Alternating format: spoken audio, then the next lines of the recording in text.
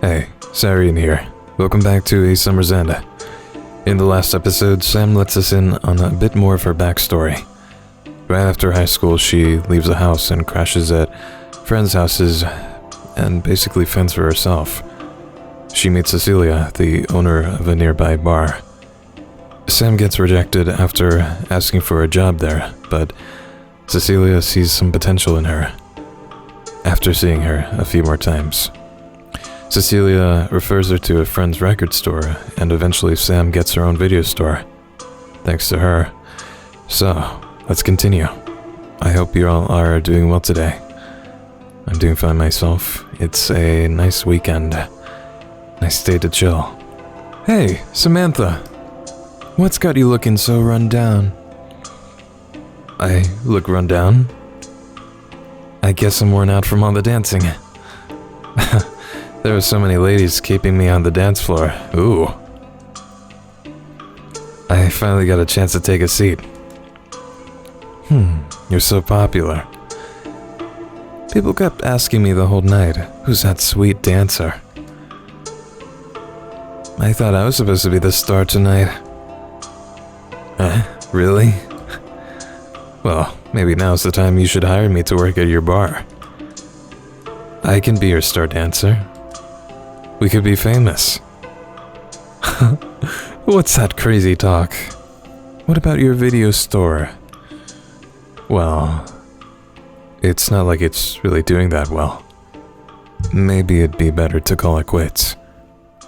Sorry, Cecilia. I don't mean to always be depending on you. How many times do I have to tell you that it's not an issue? You think running a business will be that easy? I keep telling you that you have to give it more time. Don't get yourself down just yet. Here. Let's have another drink together. Let's celebrate tonight. Come on, Samantha. You're a diamond. You have to let yourself shine.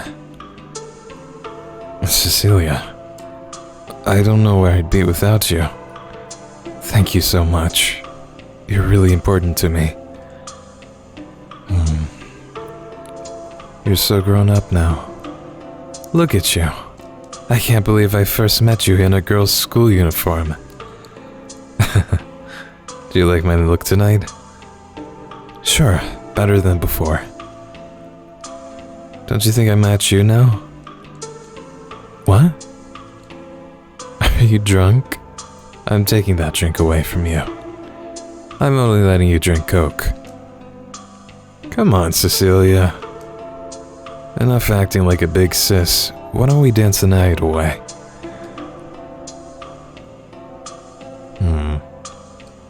A year later, I was able to turn things around with a video store.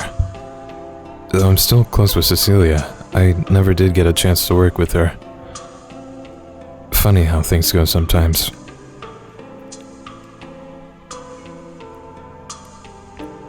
It was Saturday morning. Usually I would be tending my shop on a Saturday, but I had taken the day off as I had plans to meet my dad in Saigon. I heard my phone ring. Who could that be? Hello? Oh, Dad? Yes, I'm on my way. Oh? Okay, I'll pick them up. You don't have to remind me. Okay, I'll see you soon.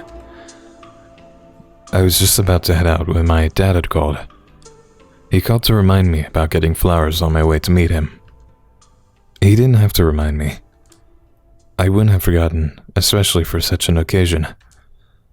I heard the phone ring again. Huh? Again? When the phone sounded the second time, I let it keep ringing. My dad had a habit of calling back to nag me about some other thing.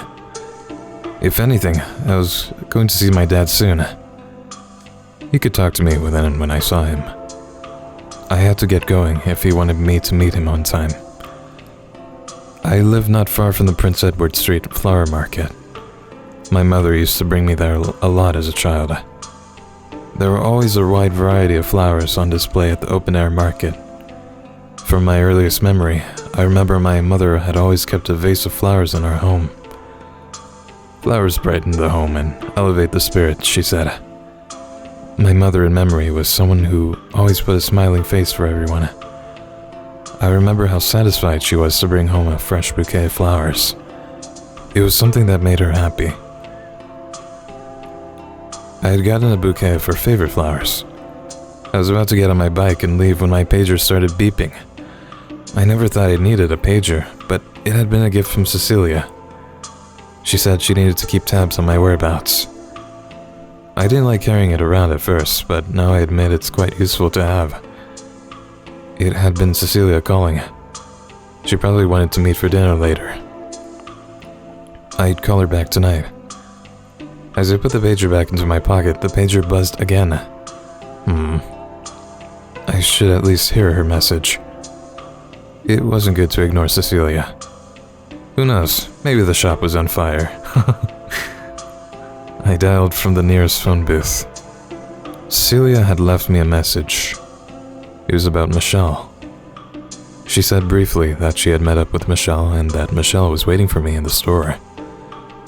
What was this? Of all the days that I actually have to be out, what should I do? I had a bit of time to spare. Oh, Mother, I'm sorry, there's something else on my mind today. Please forgive your daughter's impure heart. She can't play around with games or romance for much too longer. Please understand, she's trying her best to live an authentic life. I made my way back to the shop. I saw from afar that the gates were shuttered. Was Michelle still there?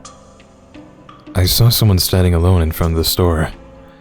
It was none other than Michelle. I quickly parked my bike and ran towards her. Michelle! She turned around and her eyes met mine. Please, just for today, come away with me.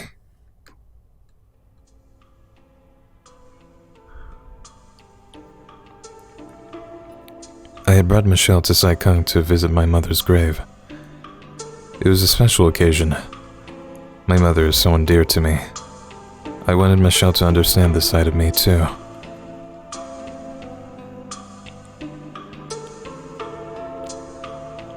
Afterwards, we had lunch in Saikung and we took a stroll around the town site. It was late afternoon and we had finished looking around. When Michelle pointed out the sign for stargazing, I suggested that we go to a place where we could see the stars. I didn't want to go back just yet. I wanted to prolong the time we had together for as long as I could. Once we leave this place, would she still want to meet with me?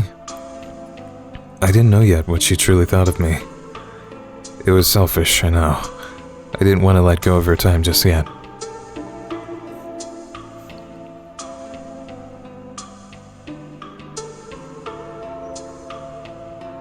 Memories. We made our way through the mountain road and down to the beach. It was just the two of us alone that day. The weather was quite warm, but it was comfortable in the shade. We sat down in the shade of trees and we looked out to the sea. Michelle placed a cool pack on my neck. It was a cute gesture. It felt nice. I wanted to lean against her, but I thought against it. I couldn't. There was an awkward tension between us. We talked together about this and that, but we both avoided talking directly about what we wanted to know most.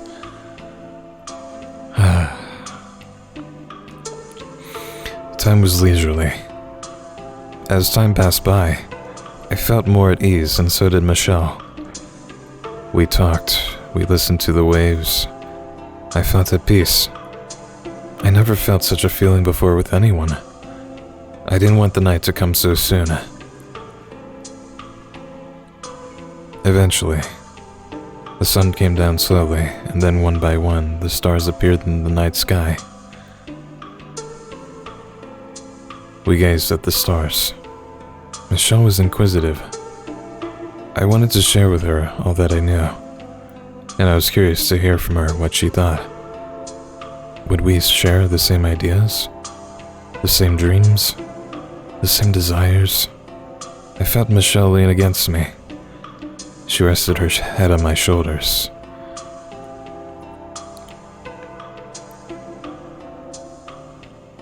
Michelle had fallen asleep on my shoulder. She slept soundly. She looked a little flushed. It had been a long day for us out in the sun. Her eyes fluttered in her sleep.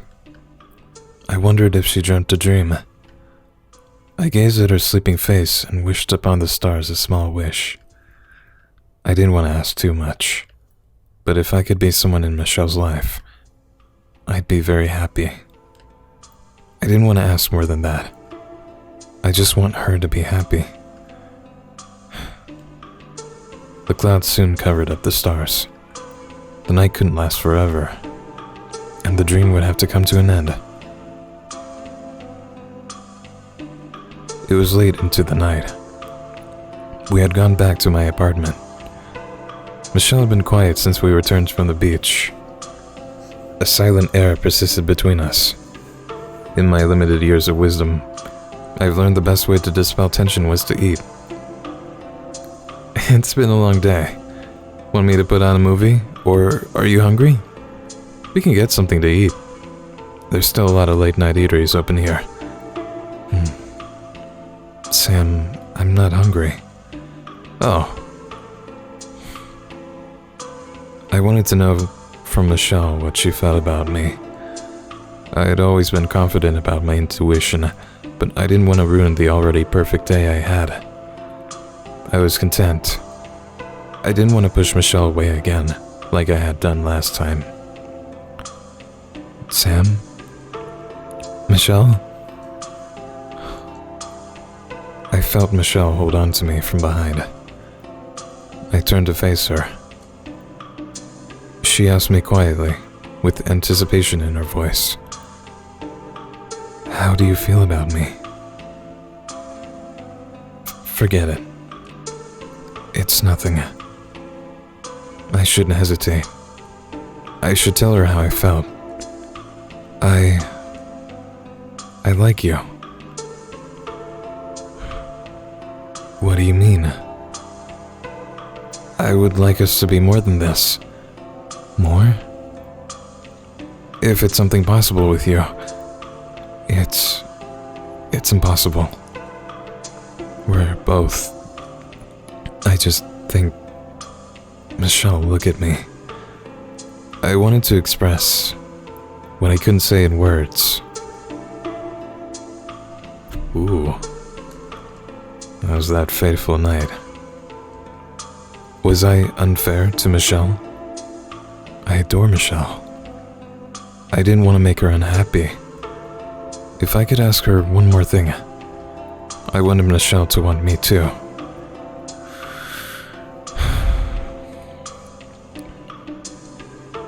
I had woken up with her in my arms. The room where I normally slept alone was filled with her presence. Michelle slept in my arms. Her touch was warm and soft. The way her body rested against mine felt like we were made for each other.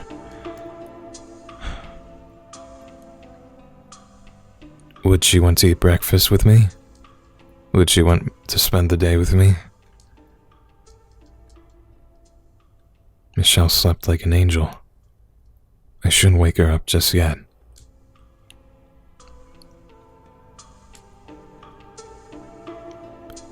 It was sometime later in the morning that I felt Michelle fidgeting in my arms. She sighed softly. She must have been waking up. She turned to her side with her back towards me.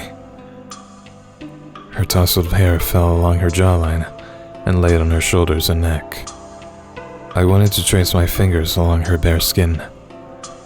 She seemed so delicate in my arms. I wanted to hold her closer. I wanted to call out her name. Michelle? Michelle? Michelle, I like you. She slowly turned to face me. I said to her what I felt sincerely from my heart. I wanted to cherish this time we had together. I brushed back the hair covering her eyes. I wanted to express to her my affection. I was bursting with happiness to be with her like this. Everything that had happened yesterday was so wonderful. She struggled to say something. I had felt her stiffen in my arms. Her expression darkened. She looked teary-eyed. Did she not feel the same way? I have to go. Michelle. Please, Michelle. Please stay. We can spend the day together. Don't be quiet like this. Talk to me. I can't be like this with you. A pang had rung in my heart. I just can't. Michelle. Don't, Sam. Any more than this. We can't. Michelle. I'm getting dressed. I suppose it couldn't be anything more than this.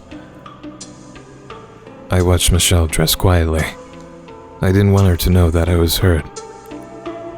Michelle had made her choice. I was losing her.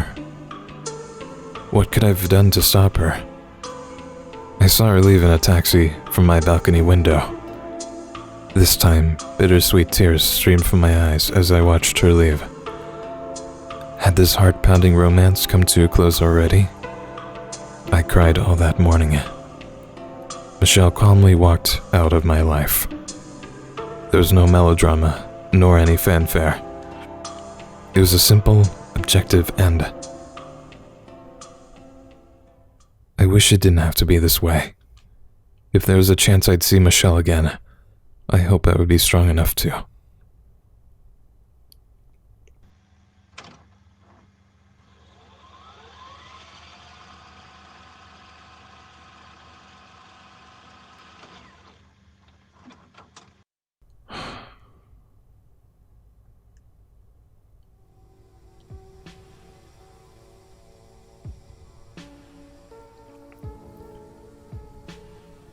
Looks like we're back in Michelle's perspective. When I was a young girl, I imagined myself getting married at 25. My spouse would be handsome. He would be from a wealthy family. I would have 2 children, a girl and a boy. We would live in an apartment with a view. On sunny days, I would take my children to the park to play. And on weekends, we would have afternoon tea with my mother and my in-laws. It was a picture-perfect life that I imagined for myself when I was a child. I haven't thought about marriage in a long time. I was busy with school, and I was busy with getting a job and progressing my career. Did I still imagine such a life for myself? If Sam was a man, we would have met differently. And maybe it would have been...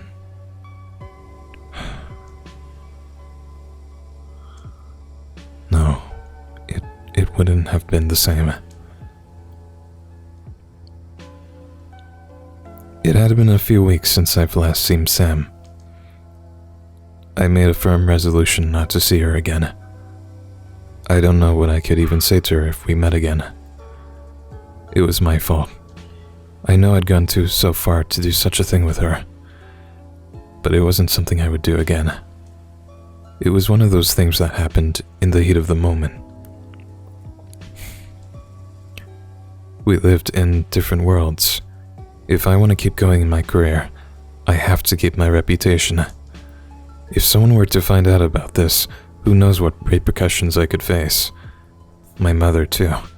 What would she do if she found out about us? I was her only daughter and her closest family. I don't want to make her sad. There's no point in thinking about this anymore. I have to keep moving forward with my own life.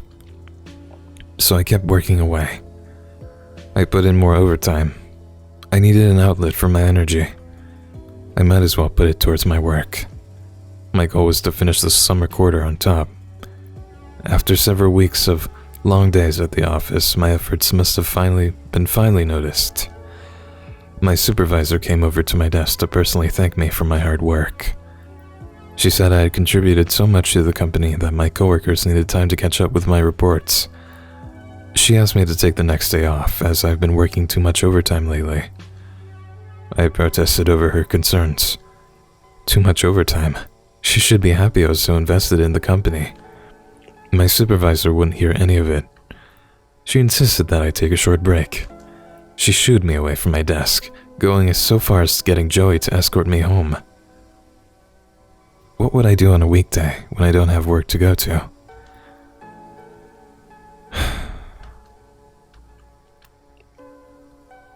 Michelle, you look pretty tired these days. Are you feeling alright? Michelle? Huh? Oh, that's right. I was on the train with Joey. Oh? Yes, sorry. Is everything okay? Yes, don't worry. Just something has been on my mind lately. Were you bummed about the World Cup finals? Huh? I placed a bet with my friends on who would win the final. I lost a few hundred on it. Oh, I'm sorry to hear that. It's okay. If you made a bad bet, I understand it completely. He's not very bright, is he? No, it's not that. No? Really, don't worry about it. If you're sad about something, the best thing for it is to eat a good meal. That's right. Why think when you can eat? Oh man, I understand you, Joey. That's what I like to say. Right. Oh yeah, there's this new beef brisket place. Have you had it yet? Which one?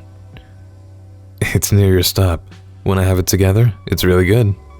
We haven't gotten around to having dinner yet. I gave Joey a look over. He's nice.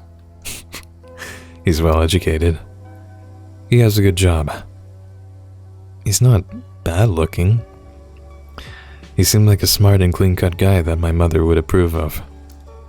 I guess I should give this beef brisket place a chance. It was on my way home after all. I went with Joey to the restaurant. It was a small cedar restaurant that specializes in serving beef brisket noodles. There was a line at the door, but they turned tables quickly. People in groups of 3 or less were seated with other small groups and shared tables to move the line faster. I didn't care either way to share or wait for another table. We decided to share a table with another restaurant patron. I didn't realize until we were seated that a familiar video store owner was seated at the same table with us. Oh, geez, that's awkward. It was Sam. Of all the people I could have ever run into at a restaurant, it had to be her. She made a glance towards me as I took my seat. Oh my god. Why was her skirt so short? Sam must have seen me, but she didn't say anything. I think she was as surprised as I was. Joey, oblivious of all tension, took the seat between us. I can't believe we got in that fast, right, Michelle? Yes. Excuse me.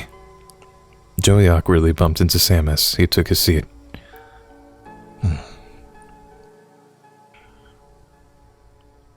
I hope you don't mind sharing tables, Michelle. It's kind of intimate, right? Sitting side by side. It's okay. Let's look at the menu. Joey held up the menu. He blocked all sight of Sam. I could not see her reaction at all. Not long after we had sit down, a waitress came by with an order pad in hand. Are you ready to order? Huh? Not yet. The waitress went to wait on other tables when she saw that we were not ready to order. I looked over the menu. The main course was a signature beef brisket noodle soup. Patrons could select different meat cuts as extra toppings. What beef cuts I preferred was an inconsequential choice for me at this moment. What do you think is good? Do you like tendon meat? If you do, then you can get the number 2. I can get the number 1 and we could share the meat. Oh, I'm okay with tendon meat. No? Why don't you try it? I pushed my seat back to sneak another glimpse of Sam. She was looking down into her empty bowl of noodle soup. Oh my god. That is so sad. She had a blank stare. I couldn't read it. I wanted to say something, but I couldn't find the words. I felt boxed inside the small restaurant. I hadn't prepared myself to meet Sam yet. Not so soon after what I did. Seeing her brought again all the emotions of guilt, fear, shame, and remorse. I didn't want her to see me here, especially not with my coworker, Joey. Would she even want to see me again? Did she hate me? Excuse me, Excuse me, miss. May I get the bill, please? Okay, here's the bill. The waitress had grabbed the bill for Sam. Sam paid in cash and walked out. She didn't bother waiting for change. She definitely saw me for sure. But she didn't say a word to me at all before she left. It was still summer, but the gust of air from the door opening as she left felt cold. Waitress, we're ready to order. What do you want to order? We'll have one number 1 and... Michelle? You'll have the number 2, right? I should make a choice. I had been going along with the flow of things, not considering what I desired most. This decision might be an inconsequential choice in the end, but I didn't want to have any regrets. Should I go after Sam, or should I finish my meal with Joey? It's true, I didn't end things cleanly with Sam, but I had already made my decision that morning. I didn't need to say anything more to her, right?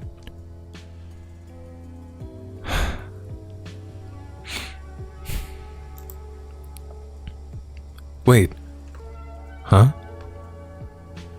I'm sorry. I just remembered I had something too important to do right now. I have to leave. Oh? Was that your friend there? You two kept looking at each other. Yes. If it's something important, it's better to talk face to face. You shouldn't keep her waiting. I'm glad he's a nice guy. That's right. I'm sorry. I'll make up a dinner with you next time. Please enjoy your meal today, okay? I will. I'll see you next time at work. Yeah, I'll see you. Excuse me. Okay, waitress, I'll just have the number 1 then. Make it an extra large. I excused myself and made my way out of the restaurant. I was upset. I was scared. I was hurt. I was overwhelmed by emotions. What I did last time to Sam was awful. But to be given the cold shoulder from Sam like that, it pained me. It was as if we ceased to exist in front of each other. It was what I wanted from the beginning. But it shouldn't be like this. I shouldn't have ended things with Sam like that. And I didn't want Sam's last impression of me to be in misunderstanding. I followed after Sam. It was dark now. Rain was lightly drizzling outside. The clacking sound of my heels echoed loudly in the narrow roadway outside. She must have heard me running after her, but she didn't turn around. She got into her bike and started up the engine. The sound of the motor was loud. Was this all that will be between us? I didn't want to accept it. Not like this. If Sam thought she could get away without acknowledging me, I was going to be really upset. I had to get her attention. I called out her name. Sam! She stopped revving her bike and she turned to look at me. It started raining more heavily. Sam, wait. Sam. There were tears in her eyes. She rubbed them away with her hands. Can you talk to me? I just don't want to see it. Huh? Wait. Don't walk out on me like this. What? You're the one who walked out on me. That was because if I was going to let go of something, I had to be resolute. Let's not do this again. I get it. I understand if this is the path you choose for yourself. My path is different from yours. I get it. Huh? What are you talking about? Sam. What is it? I had to say it sincerely from my heart. Sam, I...